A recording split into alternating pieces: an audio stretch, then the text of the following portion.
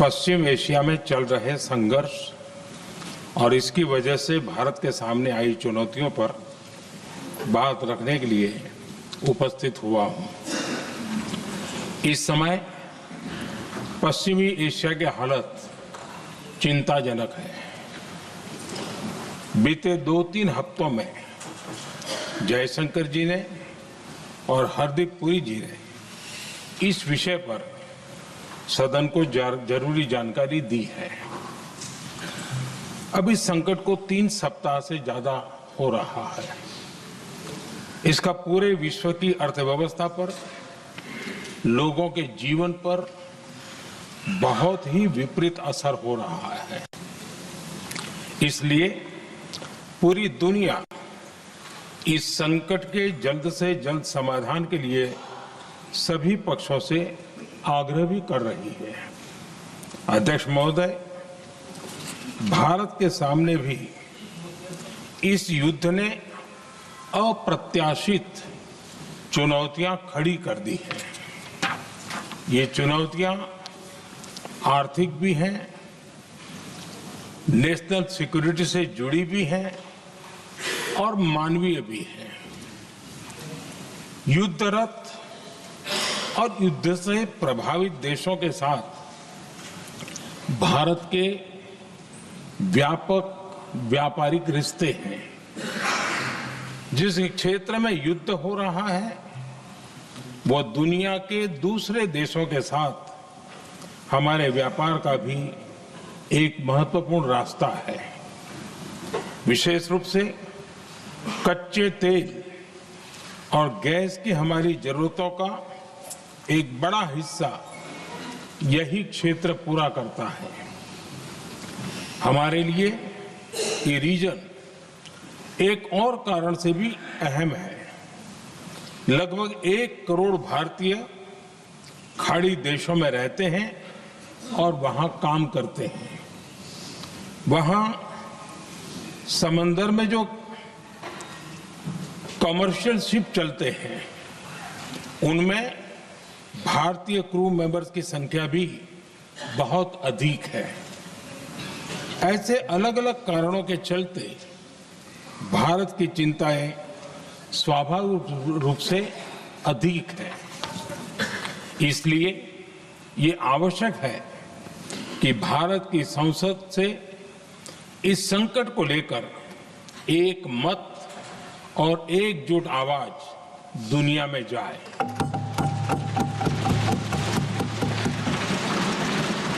अध्यक्ष जी, जब से ये युद्ध शुरू हुआ है तब से ही प्रभावित देशों में हर भारतीय को जरूरी मदद दी जा रही है।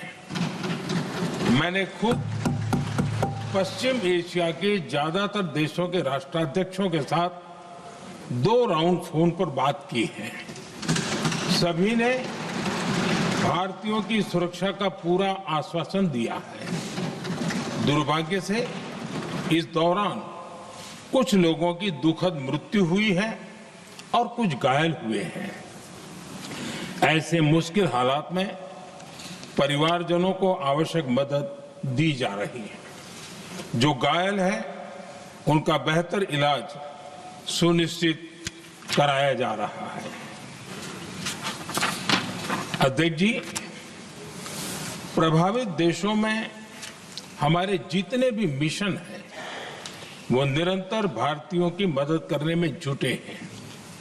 वहां काम करने वाले भारतीय हो या फिर जो टूरिस्ट वहां गए हैं, सभी को हर संभव मदद दी जा रही है। हमारे मिशन नियमित रूप से एडवाइजरी जारी कर रहे हैं।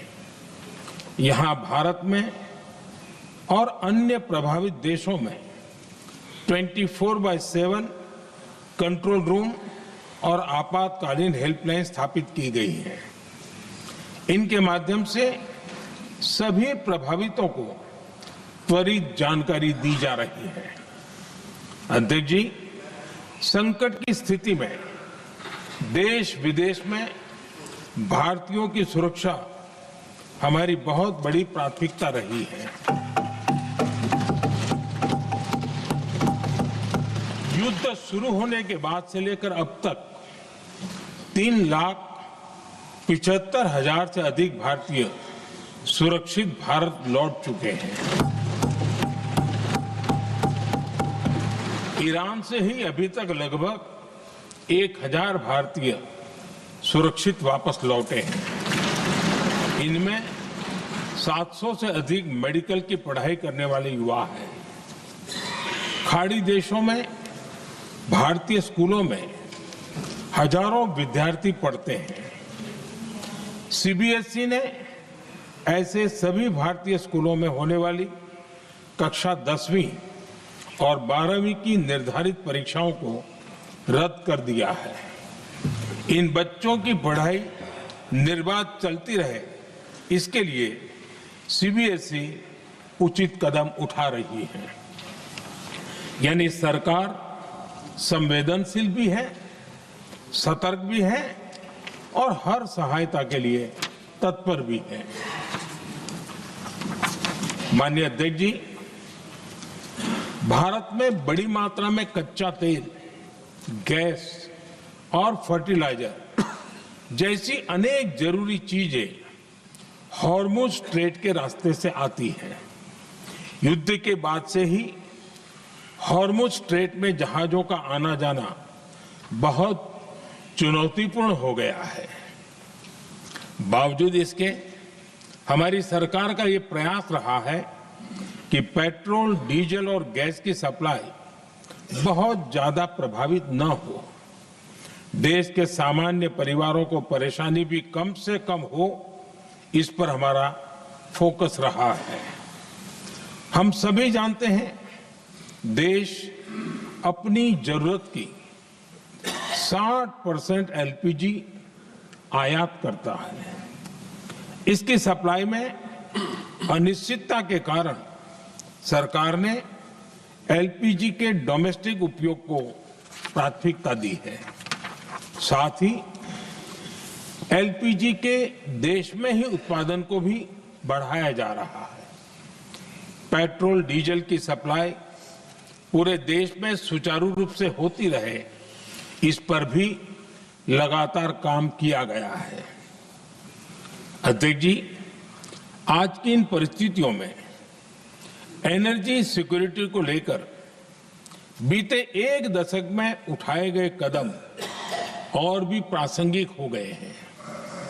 भारत ने बीते 11 वर्षों में अपनी एनर्जी इंपोर्ट का डाइवर्सिफिकेशन किया है।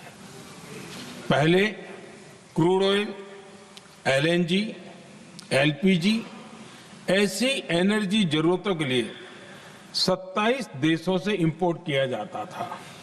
वहीं आज भारत 41 देशों से एनर्जी इंपोर्ट करता है। अध्यक्ष जी, बीते दशक में भारत ने संकट के ऐसे ही समय के लिए कच्चे तेल के भंडारण को भी प्राथमिकता दी है। आज भारत के पास 53 लाख मीट्रिक टन से अधिक का स्ट्रेटेजिक पेट्रोलियम रिजर्व है और 65 लाख मीट्रिक टन से अधिक के रिजर्व की व्यवस्था पर देश काम कर रहा है। हमारी तेल कंपनियों के पास जो रिजर्व रहता है वो अलग है। बीते 11 वर्षों में हमारी रिफाइनिंग कैपेसिटी में भी उल्लेखनीय वृद्धि हुई है। अध्यक्ष जी, सरकार अलग अलग देशों के सप्लायर्स के साथ भी लगातार संपर्क में है। प्रयास ये है कि जहां से संभव हो वहां से तेल और गैस की सप्लाई होती रहे। भारत सरकार गल्फ और आसपास के शिपिंग रूट्स पर निरंतर नजर बनाए हुए है। हमारा प्रयास है कि तेल हो, गैस हो, फर्टिलाइजर हो, ऐसे हर जरूरी सामान से जुड़े जहाज भारत तक सुरक्षित पहुंचे। हम अपने सभी वैश्विक सहयोगियों के साथ निरंतर संवाद कर रहे हैं ताकि हमारे मैरीटाइम कॉरिडोर सुरक्षित रहे। ऐसे प्रयासों के कारण बीते दिनों हॉर्मुज स्ट्रेट में फंसे हमारे कई जहाज भारत आए भी हैं। अध्यक्ष जी, संकट के इस समय में देश की एक और तैयारी भी बहुत काम आ रही है। पिछले 10-11 साल में इथेनॉल के उत्पादन और उसकी ब्लेंडिंग पर अभूतपूर्व काम हुआ है। एक दशक पहले तक देश में सिर्फ 1-1.5% इथेनॉल ब्लेंडिंग कैपेसिटी थी। आज हम पेट्रोल में 20% इथेनॉल ब्लेंडिंग के करीब पहुंच रहे हैं। इसके कारण प्रति वर्ष करीब 4.5 करोड़ बैरल कम ऑयल इंपोर्ट करना पड़ रहा है। ऐसे ही रेलवे के बिजलीकरण से भी बहुत बड़ा फायदा हो रहा है। अगर रेलवे का इतना बिजलीकरण न होता तो हर साल करीब 180 करोड़ लीटर डीजल अतिरिक्त लगता। ऐसे ही हमने मेट्रो का नेटवर्क बढ़ाया है। 2014 में जहां देश में मेट्रो नेटवर्क 250 किलोमीटर से भी कम था, आज ये बढ़कर करीब 1100 किलोमीटर हो गया है। हमने इलेक्ट्रिक मोबिलिटी पर बहुत अधिक बल दिया। केंद्र सरकार ने राज्यों को 15,000 इलेक्ट्रिक बसें चलाने के लिए दी है। ईंधन पर काम हो रहा है, उससे भारत का भविष्य और सुरक्षित होगा।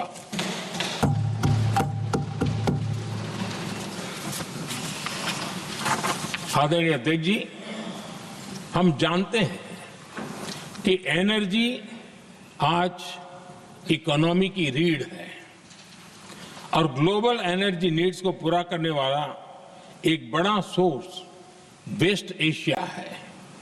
स्वाभाविक है कि दुनिया भर की अर्थव्यवस्था वर्तमान संकट से प्रभावित हो रही है और भारत पर इसका कम से कम दुष्प्रभाव हो, इसके लिए निरंतर प्रयास किए जा रहे हैं। सरकार इसके शॉर्ट टर्म, मीडियम टर्म और लॉन्ग टर्म ऐसे हर असर के लिए एक रणनीति के साथ काम कर रही है। आज भारत की इकोनॉमी के फंडामेंटल्स मजबूत है। इससे भी देश को बहुत मदद मिली है। हम हर सेक्टर के स्टेक होल्डर्स के साथ चर्चा कर रहे हैं। जहां भी जरूरत है उस सेक्टर भारत सरकार ने एक इंटर मिनिस्ट्रियल ग्रुप भी बनाया है। ये ग्रुप हर रोज मिलता है और हमारे इंपोर्ट एक्सपोर्ट में आने वाली हर दिक्कत का आकलन करता है और ये ग्रुप आवश्यक समाधान पर भी निरंतर काम करता है। मुझे पूरा भरोसा है कि सरकार और इंडस्ट्री के साझा प्रयासों से हम परिस्थितियों का बेहतर सामना कर पाएंगे। माननीय अध्यक्ष जी, एक बड़ा सवाल ये है कि युद्ध का खेती पर क्या प्रभाव होगा। देश के किसानों ने हमारे अन्न के भंडार भर रखे हैं, इसलिए भारत के पास पर्याप्त खाद्यान्न है। हमारा ये भी प्रयास है कि खरीफ सीजन की ठीक से बुआई हो सके। सरकार ने बीते सालों में आपात स्थिति से निपटने के लिए खाद की पर्याप्त व्यवस्था भी की है। अतीत में भी हमारी सरकार ने दुनिया के संकटों का बोझ किसानों पर नहीं पड़ने दिया था। कोरोना और उस समय के युद्धों के दौरान उस समय भी ग्लोबल सप्लाई चेन में डिस्टरप्शन आ गई थी। दुनिया के बाजार में यूरिया की एक बोरी 3,000 रुपये तक पहुंच गई, लेकिन भारत के किसानों को वही बोरी 300 रुपये से भी कम कीमत में उपलब्ध कराई गई। अध्यक्ष जी, देश के किसानों को इस प्रकार के संकटों से बचाने के लिए भी बीते वर्षों में अनेक कदम उठाए गए हैं। पिछले एक दशक में देश में 6 यूरिया प्लांट शुरू किए गए हैं। इससे सालाना 76 लाख मैट्रिक टन से अधिक की यूरिया प्रोडक्शन कैपेसिटी जुड़ी है। डीएपी और एनपीकेएस जैसी खाद का घरेलू उत्पादन भी करीब 50 लाख मैट्रिक टन बढ़ाया गया है। इतना ही नहीं, तेल और गैस की तरह खाद के आयात को भी डाइवर्सिफाई किया गया है। ऐसे ही डीएपी और एनपीके के आयात के लिए भी हमने अपने विकल्पों को विस्तार किया है। अध्यक्ष जी, सरकार ने देश के किसानों को made in India nano urea का विकल्प भी दिया है। सरकार किसानों को प्राकृतिक खेती के लिए भी प्रोत्साहित कर रही है। पीएम कुसुम योजना के तहत किसानों को 22 लाख से ज्यादा सोलर पंप दिए गए हैं। इससे भी डीजल पर उनकी निर्भरता कम हुई है। मैं सदन के माध्यम से देश के किसानों को विश्वास दिलाता हूं कि सरकार किसानों की हर संभव मदद करती रहेगी। आदरणीय अध्यक्ष जी, युद्ध का एक बहुत बड़ा चैलेंज ये भी है कि भारत में गर्मी का मौसम शुरू हो रहा है। आने वाले समय में बढ़ती गर्मी के साथ बिजली की डिमांड बढ़ती जाएगी। फिलहाल देश के सभी पावर प्लांट्स के पर्याप्त कोल स्टॉक्स उपलब्ध है। भारत ने लगातार दूसरे साल 100 करोड़ टन कोयला उत्पादन करने का रिकॉर्ड बनाया है। पावर जनरेशन से लेकर पावर सप्लाई तक के हमारे सभी सिस्टम की निरंतर मॉनिटरिंग भी की जा रही है और सरकार की तैयारियां उसको रिन्यूएबल एनर्जी से भी मदद मिली है। बीते दशक में रिन्यूएबल एनर्जी की तरफ देश ने बड़े कदम उठाए हैं। आज हमारी total installed power generation capacity का आधा हिस्सा रिन्यूएबल सोर्स से आता है। हमारी कुल रिन्यूएबल क्षमता आज 250 गीगावाट के ऐतिहासिक आंकड़े को पार कर गई। बीते 11 वर्षों में देश ने अपनी सोलर पावर कैपेसिटी करीब 3 गीगावाट से बढ़ाकर 140 गीगावाट तक पहुंचाई है। बीते वर्षों में देश में करीब 40 लाख रूफटॉप सोलर लगे हैं। इसमें पीएम सूर्यघर मुफ्त बिजली योजना से भी लोगों को काफी मदद मिली है। गोवर्धन योजना के तहत देश में आज 200 कॉम्प्रेस्ड बायोगैस प्लांट भी काम करना शुरू कर चुके हैं। ये सारे प्रयास आज देश के बहुत काम आ रहे हैं। सरकार ने भविष्य की तैयारी और बढ़ाते हुए शांति एक्ट माध्यम से देश में न्यूक्लियर एनर्जी के उत्पादन को भी प्रोत्साहित किया है। कुछ ही दिन पहले small hydro power development scheme को भी हरी झंडी दी गई है, जिससे अगले 5 वर्षों में 1500 मेगावाट नई हाइड्रो पावर कैपेसिटी जोड़ी जाएगी। आदरणीय अध्यक्ष जी, जहां तक डिप्लोमेसी की बात है, भारत की भूमिका स्पष्ट है। शुरुआत से ही हमने इस संघर्ष को लेकर अपनी गहरी चिंता व्यक्त की है। मैंने स्वयं भी पश्चिम एशिया की सभी संबंधित नेताओं से बातचीत की है। मैंने सभी से तनाव को कम करने और इस संघर्ष को खत्म करने का आग्रह किया है। भारत ने नागरिकों, एनर्जी और ट्रांसपोर्ट से जुड़े इंफ्रास्ट्रक्चर पर हमलों का विरोध किया है।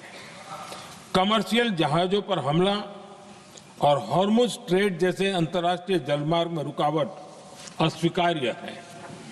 भारत डिप्लोमेसी के जरिए युद्ध के इस माहौल में भी भारतीय जहाजों के सुरक्षित आवागमन के लिए निरंतर प्रयास कर रहा है।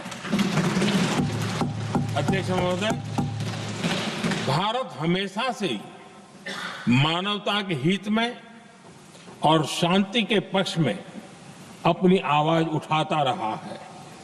मैं फिर कहूंगा कि बातचीत और कूटनीति ही इस समस्या का समाधान है। हमारे हर प्रयास तनाव को कम करने, इस संघर्ष को समाप्त करने के लिए है। इस युद्ध में किसी के भी जीवन पर संकट मानवता के हित में नहीं है। इसलिए भारत का प्रयास सभी पक्षों को जल्द से जल्द शांतिपूर्ण समाधान के लिए प्रोत्साहित करने का है। अध्यक्ष जी, जब ऐसे संकट आते हैं तो कुछ तत्व इसका गलत फायदा उठाने की कोशिश भी करते हैं। इसलिए कानून व्यवस्था सुनिश्चित करने वाली सभी एजेंसियों को अलर्ट पर रखा गया है। कोस्टल सिक्योरिटी हो, बॉर्डर सिक्योरिटी हो, साइबर सिक्योरिटी हो, स्ट्रेटेजिक इंस्टॉलेशंस हो, सबकी सुरक्षा को और मजबूत किया जा रहा है। अध्यक्ष जी, इस युद्ध के कारण दुनिया में जो कठिन हालात बने हैं, उनका प्रभाव लंबे समय तक बने रहने की आशंका है। इसलिए हमें तैयार रहना होगा, हमें एकजुट रहना होगा।